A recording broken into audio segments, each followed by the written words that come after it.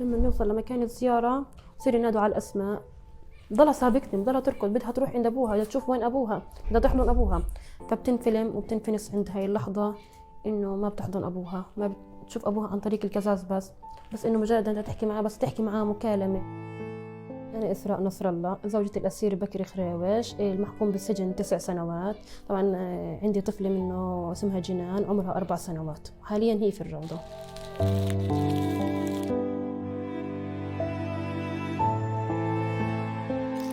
الله يرضى عنه بكر، يعني كان حكي لي يعني انه اجى في فتره القعده الشرعيه هاي، حكى لي انا شو بشتغل، وانا اني كنت انا سابقا محبوسه، انحبست على 18 شهر على قضيه برضه.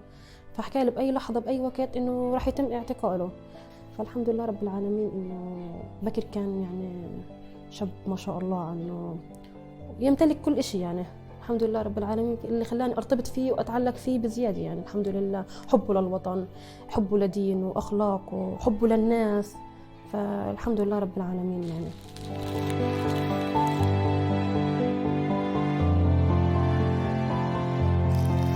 افتخر اني كوني زوجة اسير، اللي كنت اتمناه انا كنت اتمنى يكون انا ارتبط في شخص جاهد في سبيل الله. بس كواقع الحياة بتختلف جدا يعني. إنك تكون أنت مكان الأم، أنت مكان الأب، وأنت مع البنت الصغيرة مع تربيتها، المسؤولية عندك بتزداد بزيادة. فالحياة جدا صعبة يعني من غير وجود الأب.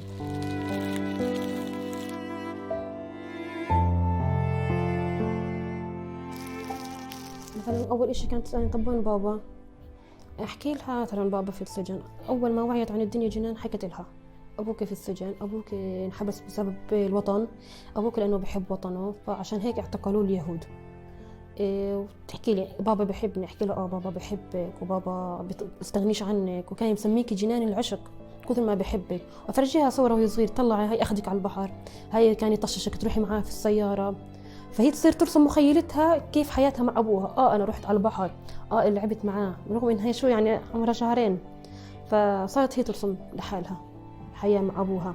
لما طلعني بابا معاه بالسيارة خلاني أسوق، أحكي لها بابا هيك عمل، بابا هيك ساوى.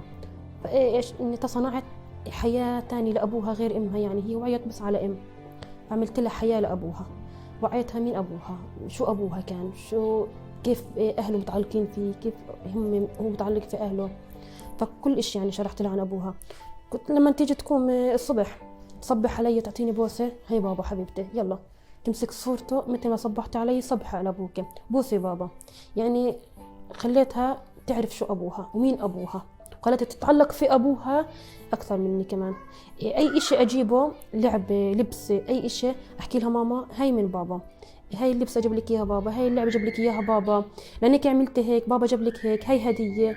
فعشان هيك هي يعني تعلقت بأبوها.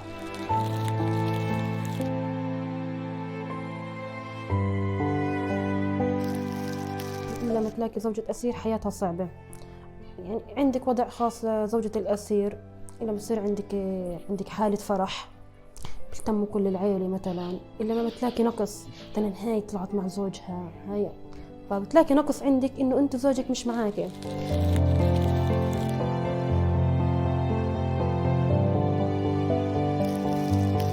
طبعا مثل ما الرجل بيجاهد في سبيل الله، مثل اللي بيجاهدوا في المقاومين بيروحوا شهداء واللي بيروحوا أسرى، فإحنا كمان بمثابتنا زوجة أسير أو زوجة شهيد فلازم كمان نجاهد في بيتنا في تربية أولادنا، نطلعهم أحسن الأولاد.